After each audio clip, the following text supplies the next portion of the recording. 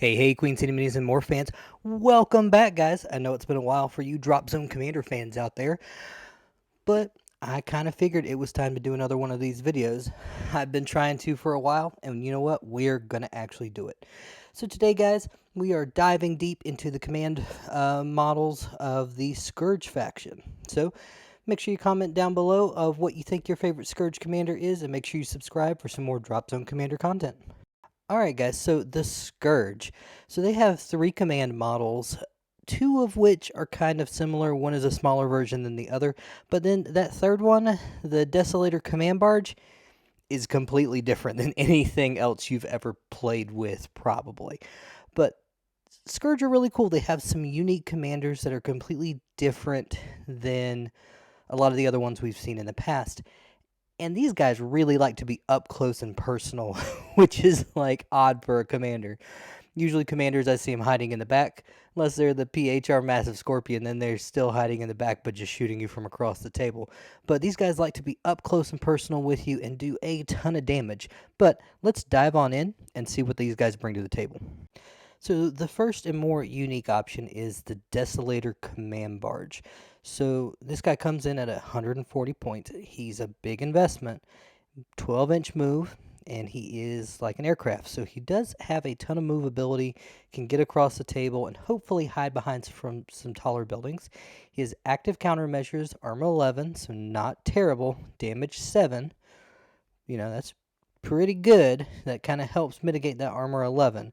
So here's the crazy thing. He has 2 weapons, the Ionic Cyclone and the Ionic Storm. So the Ionic Cyclone is move and fire 9, 360-degree arc, all right? Range full and countered is 9 inches. 3 shots, accuracy of a 3 with energy 11, alt 1. So you have to choose between these 2 profiles, which one you use each time. Destroyer 5+, and Flame. That's pretty good. All right.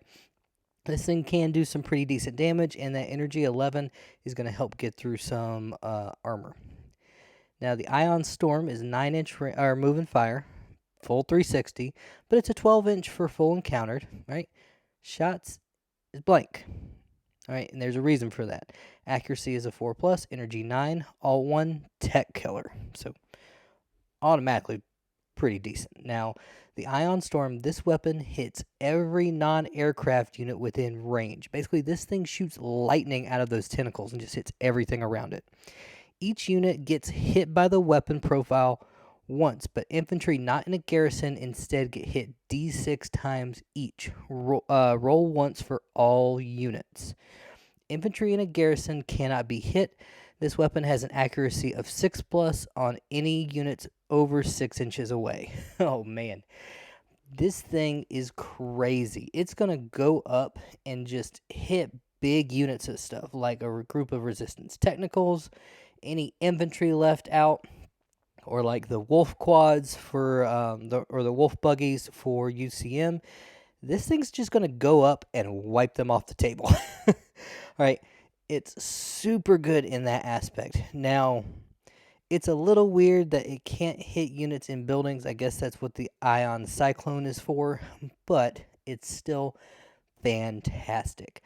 The only downside to this unit, guys, is it wants to be up close and personal to get in that range and do that damage. And with it being an aircraft and a commander, you really have to watch out for anti-air, especially when you're jumping from building to building in cover. You're going to be really susceptible for that anti-air attacks and those intercept attacks, or even fast movers coming in and shooting you down too. So overall, this guy's a little expensive for what he does, but he can do a lot. Alright guys, so on to the second commander that we're going to talk about. We're going to talk about the Despot Suppression Walker. So this is probably going to be the one most people are familiar with because it comes in the 2-player starter set. So at 55 points, this is kind of your cheaper command option. Overall, I really like it. I think the model's really cool too, and pretty easy to put together. And it's actually pretty easy to use compared to a lot of Scourge stuff. But it comes in a squad size of 1. It has a 4 scout, So it is really limited on what transports can take it, which I think is one of the kind of the weaknesses. One of the transports does come in the box, and it's perfect because it basically carries this, and that's the only thing it can carry. But overall, guys, this thing's not bad. At a movement of 6, active countermeasures, armor of 13, which is pretty good for Scourge, damage of 3, it is a walker, and it has the special rule Resilient to help kind of keep it on the table a little bit longer. Now, it does suffer from the usual Scourge stuff, right? It's not a long range fighter. Okay, this is meant to be up close and personal, and it's meant to do like gotcha tactics. So swing out around a building and just turbo murder something. Now, usually a lot of times I end up hiding mine behind buildings up close just so I can use command cards and things like that. But as far as weapons goes, it has 2 plasma hoses, so they are front only. 6-inch front, or 6-inch full and 6-inch countered. It is a move and fire dash, which is bad. Okay. Shots 5 each, so you're getting 10 shots out of this unit, which is crazy. Right, accuracy of a 4 plus and an energy of 4. So you're not getting a ton of like crazy damage with it only being energy 4, but it does have focus 3, so you can focus those hits to get that energy up higher than that 4 to help against vehicles. Then it does have razor claws, which is arc front, move and fire dash, which is bad. Right, 1-inch range for full and countered, 2 attacks, hitting on 2s at energy 10. So it does have the ability to just kind of stomp on things if it's already in combat, but it has the micro subjugation field as well. So enemy non-behemoth units that activate within 3 inches of this unit reduce the number of actions they may perform by 1 to a minimum of 1. Additionally, enemy infantry may not benefit from scan tokens while they, or the garrison they occupy, are within 3 inches of this unit. So it can interfere with your opponent's infantry going out and scanning buildings and trying to use scan tokens to find objectives a little bit quicker. Overall, guys, this guy doesn't impress me too much. The move and fire dash is its really big weakness. All right. So it kind of really relies on just hiding and hoping you get something opportunistic that comes in your way.